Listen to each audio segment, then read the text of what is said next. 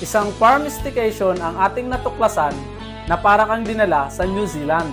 At for only 13,000 pesos, good for 25 packs, for 22 hours of stay, ay mararanasan mo nang tumira sa farm at magpakain ng kanilang mga alagang hayop. Maglakad-lakad at makapag-selfie sa ganito kagandang view, mag-swimming, may fully air-conditioned villa, mag-video okay, bonfire, may magaganda at malawak na rooms, at napakarami pang iba. Dito lang yan sa Heavenly Farm Pool Villa na matatagpuan sa Sitio Tambakan, Barangay San Francisco, Pampanga.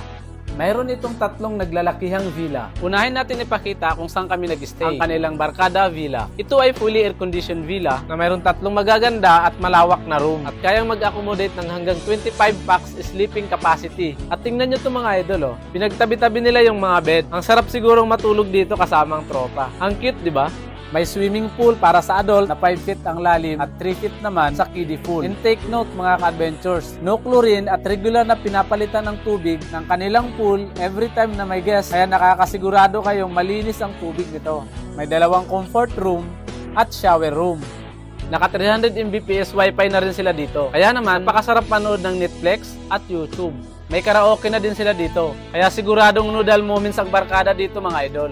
May ref, microwave, gas stove, griller, water dispenser, at kitchen utensils. Kaya naman pwedeng-pwede kayo magdala ng mga lulutuin nyo dito. At ang maganda pa dito, walang core kids fee sa mga dala nyong foods at mga inumin.